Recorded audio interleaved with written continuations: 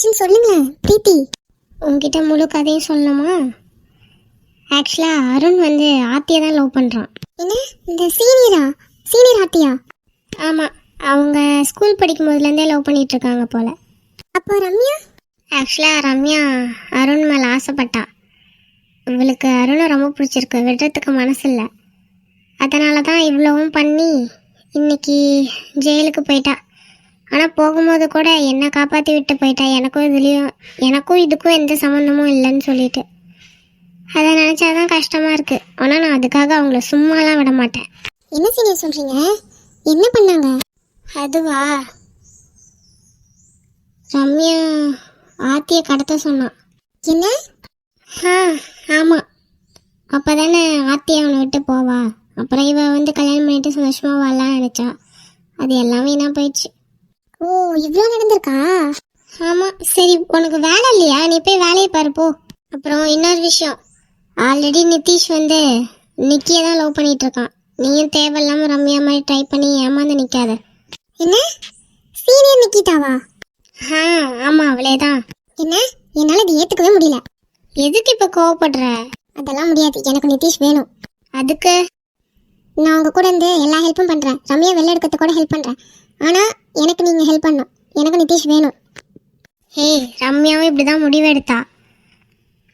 அட பிரீத்தி, உங்களுக்கு புரியலையா? அப்போ ரம்யா சிஸ்டர் எந்த அளவுக்கு அருண் சாரை லவ் பண்ணியிருந்தா விட்டு போக முடியாமல் இவ்வளோ விஷயத்த பண்ணியிருப்பாங்க.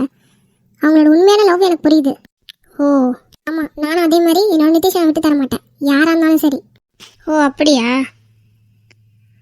சரி சரி, ஃபர்ஸ்ட் நம்ம ரம்யா வெளில எடுக்கிறதுக்கு பார்க்கலாமா? சரிங்க பிரீத்தி, நான் உங்களுக்கு இதில் துணையாக இருப்பேன், கவலைப்படாதீங்க. இப்போ எதுக்கு சிரிக்கிறீங்க? இல்லை, நான் கூட அதெல்லாம் கேட்டு நீங்களாம் ஒரு பொண்ணா, உங்க கூடலாம் இத்தனை நாள் பழகணும் பாரு, அப்படி இப்படின்னு பேசிட்டு போவான்னு பார்த்தா நானும் ரம்யா மாதிரி தான் இருப்பேன் அப்படின்னு சொல்லி மாறி நின்ன பாரு. அதை நினைச்சேன், சிரிச்சேன். ஆமாம், யாருக்கு யார் மேலே லவ் வரலாம் தான். இந்த அளவுக்கு சின்சியராக ரம்யா லவ் பண்ணிட்டு இருக்காங்க. அதுவும் இல்லாமல் நினச்சா விட்டு போயிருக்கலாம். இப்போ வரைக்கும் விட்டு போகாமல் வேணும்னு தானே நிற்கிறாங்க. கண்டிப்பாக நான் அவங்களுக்கு ஹெல்ப் பண்ணுவேன். அதுவும் இல்லாமல் அந்த நிக்கிலாம் என்ன ஸ்டேட்டஸ் இருக்கு அவங்களுக்கு? அவங்க போய் நிதிஷை லவ் பண்ணுறதுக்கு அதுக்கும் ஒரு தகுதி வேணும். அந்த கேங்குக்கே அந்த தகுதி இல்லை. பார்த்தாலே நல்லா தெரியுது, ரொம்ப லோக்கலான சீப்பானவங்கன்னு. கரெக்டாக சொன்ன எம்லி, இன்னைக்கு தான் நீ என் மனசில் இருக்கிறத அப்படியே பேசியிருக்க. ஏதோ எங்களுக்கு மேலே இருக்காங்களேன்ற ஒரே காரணத்துக்காக தான் நான் மரியாதை கொடுக்குற மாதிரி நடிச்சுக்கிட்டு இருக்கேன்.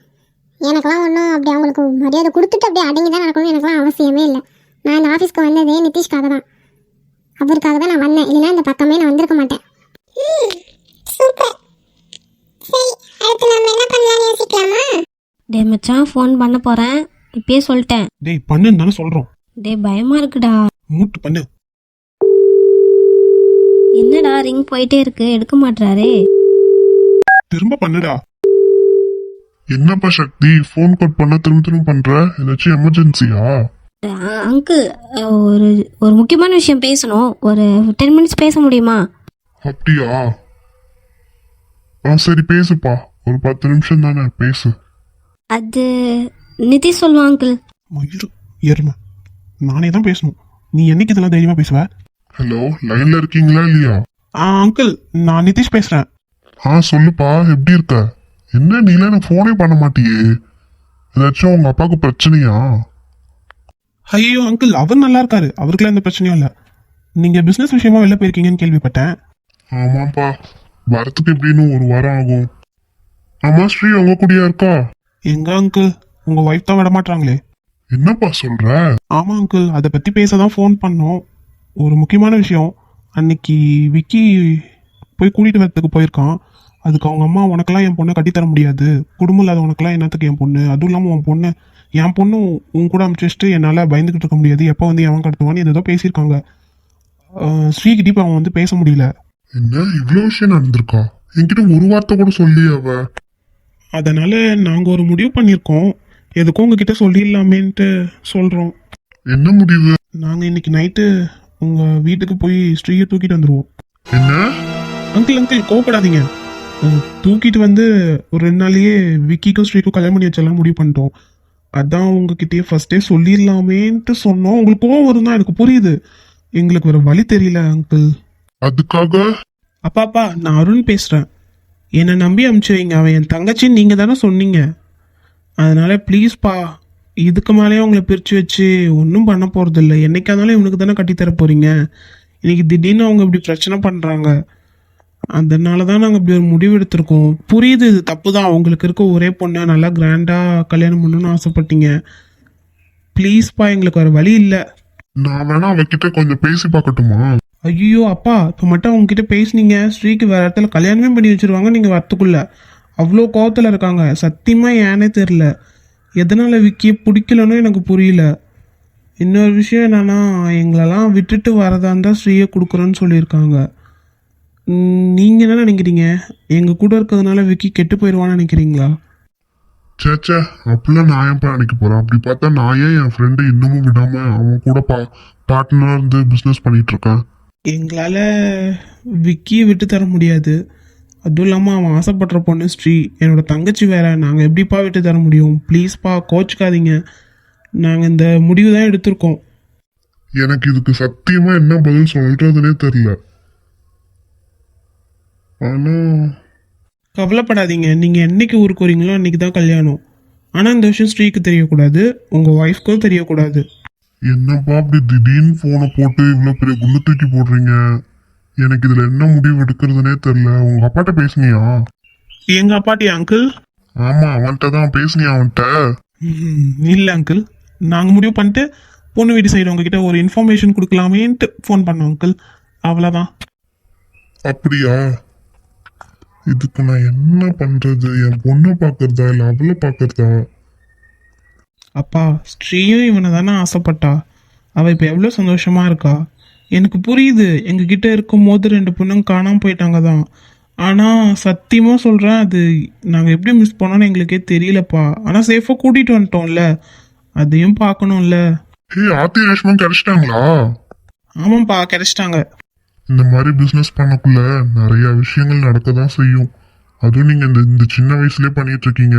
நிறைய எதிரிங்க இருப்பாங்க உங்களுக்குலாம். இதெல்லாம் சகஜம்தான். அவ எப்பயுமே இப்படிதான். பொண்ணை வெளில விடுறது இல்ல, ஒரு 4 பேர்கிட்ட பழக விடுறது இல்ல. அடைச்சு வச்சு அவ அப்படியே இருந்துட்டா.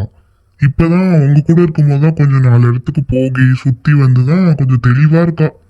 பெரிய பொண்ணுமா நடந்துக்கிறா சொல்ல போனா. பார்த்தீங்களா, நீங்களே நல்ல விதமாக தானே யோசிக்கிறீங்க. நாங்கள் எடுத்த முடிவு தப்பு இல்லைன்னு எங்களுக்கு தோணுச்சு. ஸோ நாங்கள் அப்படி பண்ண போகிறோம்ப்பா. சரி, இப்போ நான் உங்ககிட்ட கடத்தாதீங்கன்னு சொன்னா என்ன பண்ணுவீங்க? அங்கிள், அதுக்காக பிள்ளை விட்டுற முடியாது. நாங்கள் எங்கள் வேலையை செய்வோம். அப்ப சரி, நீங்க நடத்துங்க. அப்புறம் கல்யாணத்தப்ப என்ன கூப்பிடுங்கப்பா, என் பொண்ணு கல்யாணத்துக்கு. அப்பா, நீங்கள் எல்லாமையா? கண்டிப்பாக. சரிப்பா, தேங்க்ஸ்ப்பா, நான் வச்சிடுறேன். சரி, பார்த்து அவனை கொஞ்சம் நல்லா பார்த்துக்கோங்க. அங்கிள், நாங்கள் பார்த்துக்குறோம் அங்கிள். சரி, நான் வைக்கிறேன். அப்பா, ஐயோயோ, எனக்கு ஒரு நிமிஷம் அப்படியே வயித்தையே கலக்கிடுச்சு. வரீங்களா சக்தி? நாம வேணா ரெஸ்டாரண்ட் போயிட்டு வரலாமா? ஐயோயோ, நீயா? ஏப்பா ராக்கி, ஆளை விடு. மச்சான், டேய், இதெல்லாம் ரொம்ப ஓவர்ரா. இப்படி ஓட்டிலாம் சிரிக்கக்கூடாது.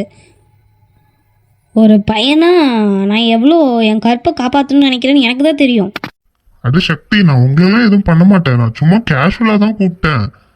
அதுவும் இல்லாம இப்பதான் நீங்க எங்ககிட்ட நல்லா பேசுறீங்களே, அப்படிதானே? ஆமா, நல்லா தானே பேசிட்டு இருக்கீங்க. ஆமா, நான் நல்லா தானே பேசிட்டு இருக்கேன். ஆமாண்டா சக்தி, ஆமாம். ஃபஸ்ட்டே சொன்னோம், கேட்டா தானே. நீ மூடு. ஃபர்ஸ்ட் என்ன சொன்னீங்க? இவன் எப்படி அப்படின்னு சொன்னீங்களா என்கிட்ட? என்ன சக்தி? ஐயோ ராக்கி, இருங்க, நான் துர்காட்ட ஏதோ பேசணும்னு நினச்சேன். நான் போய் பேசிட்டு வந்துடுறேன். டேய் அடங்கு. மச்சான், நான் வீடு வரைக்கும் போயிட்டு வந்துடுறேன்டா. ஏன் அருண்? இல்லை, எல்லாரும் எப்படி இருக்காங்கன்னு பார்த்துட்டு வந்துடுறேனே. அப்படியா? அப்போ நானும் வரேன்டா. ரேஷ்மாவும் அங்கே தானே இருக்கா? அப்படின்னா நித்தி, நீயும் வந்துரு. ஏண்டா மச்சான், எப்படியும் நான் ஆத்திட்டு பேசுவான், அவன் ரேஷ்மாட்ட பேசுவான். இன்னைக்கு தனியாக இருப்பாளா? அதுக்கு தாண்டா உன்னை கூப்பிடுறேன். சரிடா, வாங்க போகலாம். டே மச்சான், என்னையும் கூட்டு போங்கடா. அட என்ன சக்தி, நான் இருக்கேன்ல. நீ இருக்கிறது தாண்டா எனக்கு பயமா இருக்கு. என்ன? ஒன்றும் இல்லை. ஆமாம், நீங்கள் இருக்கீங்கல்ல ராக்கி? ஆமாம், சரிடா, போயிட்டு வாங்க. எருமைங்களா, நீங்களாம் நல்லாவே இருக்க மாட்டீங்கடா. சரி சரி, ரொம்ப வாழ்த்தாத, நாங்கள் போயிட்டு வந்துடுறோம். அதெல்லாம் சரி, ஈவினிங் தூக்கணும்னு சொன்னீங்கல்ல, இப்போ போனீங்கன்னா நீங்கள் வரமாட்டீங்களே. அதெல்லாம் கவலையப்படாத, நாங்கள் வந்துடுவோம். சரிடா மச்சான், இத்தனை பேர் போகணுமா என்ன? ஆமாண்டா, கரெக்டான பாயிண்ட்டு. அப்படியா, ராக்கி இருக்கட்டும், நான், அருண், விக்கி, அப்புறம் விக்ரம் போதும். நீங்களாம் வீட்டுக்கு போயிருங்கடா. என்னடா மச்சான் அப்படி ஒரு சாகசமான விஷயத்துல? டேய், நிறைய பேர் போகிறதும் ரிஸ்க் தான்டா, சொல்கிறது கேளுங்க. அது எப்படியும் அவங்க அம்மாவும் ஸ்ரீயும் மட்டும்தானே இருப்பாங்க, அதனால நாங்கள் பார்த்துக்குறோம். நீங்கள் வீட்டில் இருந்தால் அவங்கள பார்த்துக்கோங்க. சரிடா சக்தி, புரியுதா? ஐயோ, இந்த ராக்கி கூட வரத்துக்கு நான் வீட்லயே இருந்துருவேன். சரி மச்சான், எனக்கு டபுள் ஓகே. அட என்னங்க, சக்தி இருந்தா நல்லா இருக்கும்னு நினைச்சேன். என்னது, நல்லா இருக்குமா? சக்தி இவன் வேற. அட ராக்கி, அவன் தான் சொன்னான்ல இத்தனை பேர் போகிறது சரியில்லைன்னு. அதனால் நாங்கள் வீட்டில் இருந்து அவங்களெல்லாம் பார்த்துக்கணும்ல, ஸோ அதனால் நாங்கள் வீட்டில் இருக்கோம். அப்போ சரி, பிளான்லாம் ஓகே தானே? நாங்கள் வீட்டுக்கு போய் அவங்களுக்கு கொஞ்ச நேரம் பார்த்துட்டு வந்துட்டு வந்துடுறோம். போவீங்கடா போவீங்க. இப்போ என்ன இவன்ட்ட கோத்து விட்டுல போறீங்க, போங்க. அட கவலைப்படாதீங்க, நான் இருக்கேன்ல, எங்க நான் இவங்கள பாத்துக்கிறேன், நீங்க போயிட்டு வாங்க.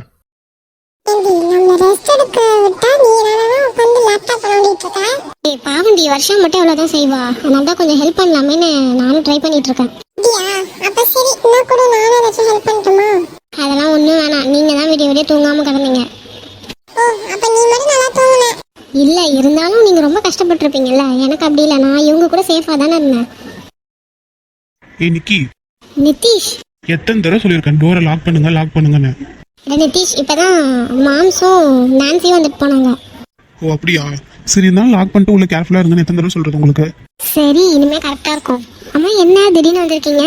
சும்மா உங்களை பார்க்கலாம் தான், என்ன பண்ணுறீங்க எப்படி இருக்கீங்கன்னு கேட்டு போகலான்னு. ஓ சரி சரி. நிக்கி, ஆர்த்தி எங்க? அவ உள்ளதான் தூங்கிட்டு இருக்கா, உள்ள போய் பாரு. சிவா, வீட்ல விட்டுறீங்களா? ஏன் ரேஷ்மா, இங்கே இருக்கலாம்ல? எத்தனை நாளைக்கு இப்படியே இருக்க முடியும்? எத்தனை நாள் வேணாலும் இரு, உன் இஷ்டம் தான். அது சிவா, அதெல்லாம் சரியா வராது, நீங்க பரவாயில்ல வீட்டுல கொண்டு போய் விட்டுறீங்களா? சரி, இன்னைக்கு நைட்டு மட்டும் இரு, நாளைக்கு ஆஃபீஸ் போயிட்டு அங்கேருந்து ஸ்ட்ரைட்டாக வீட்டுக்கு போயிடுவியா? அது வரைக்கும் எங்க அம்மா விட்டு வைப்பாங்கன்னு நீங்க நினைக்கிறீங்களா? சரி விடு சிவா, நான் சொல்லிக்கிறேன் உங்க அம்மா கிட்ட, அவ இன்னைக்கு இங்கதான் இருப்பா. தேங்க்ஸ் நிக்கி. இல்ல, அவங்க ஒத்துக்க மாட்டாங்க, அத நான் பாத்துக்கிறேன். ஏ நிக்கி, என்ன அவனை ரெஸ்ட் எடுக்க சொன்னா ஏதோ வேலை பண்ணிட்டு இருக்கா? நிதிஷ் கொஞ்சம் வருஷத்துக்கு ஹெல்ப் பண்ணலாம்னா, அவ தனியா இவ்வளவுதான் செய்வா. அப்படியா, அதான் அந்த டிபார்ட்மெண்ட்டை பார்த்துக்கிறதுக்கு 3 பேர் இருக்கானுங்களா, அவனுங்க பார்த்துப்பானுங்க.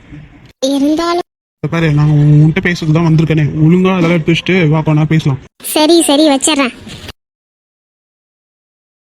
என்னை மன்னிச்சிரு ஆர்த்தி, இனிமே நான் உன்னை நல்லா பார்த்துப்பேன், பத்திரமா வச்சுப்பேன். இனிமே உன்னை பாதுகாக்க வேண்டியது என்னோட பொறுப்படி. அருண், ஏய் ஆர்த்தி, என்னடி ஆச்சு? அருண் நீங்க தான் இருக்கியா? அப்போ அதெல்லாம் கனவா? ச்சே, என்னடி ஆச்சு, என்ன கனவு? அதெல்லாம் ஒண்ணும் இல்லடா, விடு. ஒழுங்கா சொல்லு. ஹாய் சிஸ்டர்ஸ், எல்லாரும் எப்படி இருக்கீங்க? கண்டிப்பா ஹாப்பியா இருப்பீங்க, ஹாப்பியா தான் இருக்கணும். ஆமா சிஸ்டர்ஸ், எதை நினைச்சு ஃபீல் பண்ணிட்டு இருக்காதீங்க, நடக்கிறது நடந்துட்டு தான் இருக்க போகுது, நாம கேஷுவலா இருப்போம். ஈஸியா பேசிடலாம், ஆனா அந்த இடத்துல இருந்து யோசிச்சாதான் தெரியும் அப்படின்னு நினைக்கிறீங்க. கரெக்டா புரியுது, என்ன பண்ணாலும் அதை மாற்ற முடியாதுல்ல, அதனால சொன்னோம். கண்டிப்பா ஒரு நாள் எல்லாம் மாறும், நீங்க அது வரைக்கும் வெயிட் பண்ணுங்க.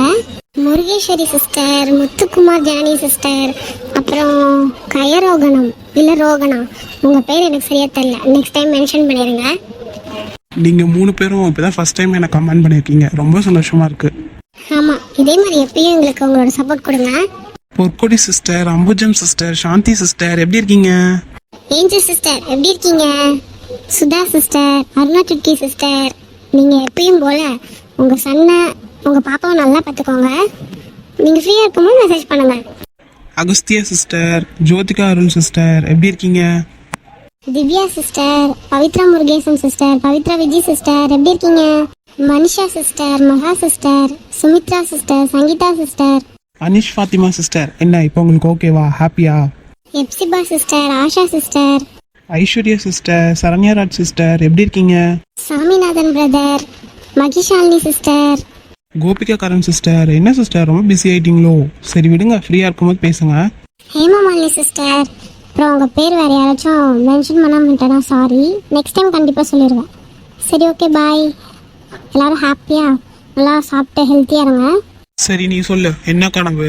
டேய் அதெல்லாம் ஒன்றும் இல்லை விடு. சொல்லுடி. நம்ம 2 பேரையும் அந்த ரம்யா பிரிச்சிடுறா, அந்த மாதிரி தான் கனவு வந்துச்சு. அதான் பயந்துட்டேன். கவலைப்படாதடி செல்லம், உன்னை என்கிட்ட இருந்து யாராலே பிரிக்க முடியாது. சரிடா. ஆமாம் இந்த ரம்யாவை அரெஸ்ட் பண்ணிட்டாங்களா? ஆமாம். அப்பா இப்போதான்டா நிம்மதியாக இருக்கு. அவள் ஏன் தான் இப்படி பண்ணுறான்னு தெரியல, புரிஞ்சிக்கவே மாட்றா. நீங்கள் 2 பேரும் லவ் பண்ணுறீங்கன்னு தெரியும் போது நான் விலகி தானே போகணும்னு நினச்சேன். இந்த மாதிரி பண்ணணும்னு நினச்சேனா? ஏன் அவன் மட்டும் இப்படி பண்ணுறா? எனக்கு நீ வேணும், நீ இல்லை நான் செத்துருவேன். ஏய் வாயை மூடு, உனக்கெல்லாம் எதுவும் ஆகாது நான் இருக்க வரைக்கும். அதுவும் இல்லாமல் நான் ஒன்றும் அவளெல்லாம் லவ் பண்ணல, சும்மா பொய்யா தான் சொன்னோம். அதையும் சொல்லிட்டு இருக்காது, கடுப்பாக இருக்கு. ஓ அப்போ எனக்கு மட்டும் இவ்வளோ கடுப்பாக இருந்திருக்கோம். சரிடி செல்லம், சும்மா இதுக்கெல்லாம் சண்டை போடாத, விட்டுரு. அவளாம் ஒரு கேரக்டரா, மறந்துடு. அதான் இப்போ அவளை அரெஸ்ட் பண்ணியாச்சுல, இனிமே நிம்மதியாக இருக்கலாம். சரியாட்டி நம்ம வேணா மேரேஜ் பண்ணிக்கலாமா? என்ன திடீர்னு தோணுச்சுடி, பண்ணிக்கிட்டோம்னா அதுக்கப்புறம் நீ நானே எப்பயும் பிரிய முடியாதுல்ல. நம்ம எல்லாத்துக்கும் ஒன்றா மேரேஜ் ஆகணும்டா, எனக்கு அதான் ஆசை. சரி விடு, நம்ம விக்கிக்கும் ஸ்ரீக்கும் மேரேஜ் முடிஞ்சதும் அடுத்து நாம் பண்ணிக்கலாம், நம்ம எல்லாரும் ஒண்ணா. டேய் என்ன சொல்ற? ஆமா, இன்னைக்கு ஸ்ரீயை தூக்க போறோம். ஐயோ